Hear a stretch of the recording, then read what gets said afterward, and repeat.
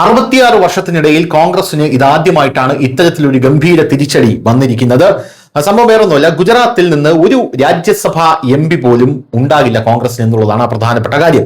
2022 ഗുജറാത്ത് നിയമസഭാ തെരഞ്ഞെടുപ്പിൽ ഭാരതീയ ജനതാ പാർട്ടി മികച്ച പ്രകടനമാണ് കാഴ്ചവെച്ചത്. മറുവശത്ത് കോൺഗ്രസിന്റെ പ്രകടനം വളരെ മോശവുമായിരുന്നു. ആ തിരഞ്ഞെടുപ്പിൽ കോൺഗ്രസിന് 17 സീറ്റുകൾ മാത്രമേ നേടാൻ കഴിഞ്ഞുള്ളൂ. അതിനുശേഷവും നിരവധി MLA-മാർ കോൺഗ്രസ് വിട്ടു. ഇതുമൂലം ഗുജറാത്തിലെ കോൺഗ്രസ് MLA-മാരുടെ എണ്ണം ഇപ്പോൾ 12 കുറഞ്ഞു. വരാനിരിക്കുന്ന രാജ്യസഭാ തെരഞ്ഞെടുപ്പിൽ ഇതിന്റെ ആഘാതം ദൃശ്യമാകും.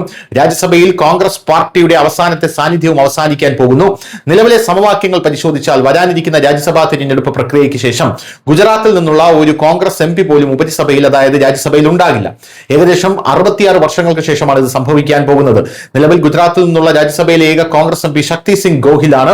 കോൺഗ്രസ് MP ശക്തി സിംഗ് ഗോഹിലിന്റെ കാലാവധി ജൂൺ 21 അവസാനിക്കുകയാണ്. ഇതോടെ ഗുജറാത്തിൽ നിന്നുള്ള രാജ്യസഭയുടെ അവസാന കോൺഗ്രസ് സീറ്റും ഒഴിഞ്ഞുകിടക്കും. നിലവിലെ നിയമസഭയുടെ കണക്കിലെടുക്കുമ്പോൾ പാർട്ടിക്ക് പുതിയൊരു സീറ്റ് നേടുക എന്നത് മിക്കവാറും അസാധ്യമാണ്.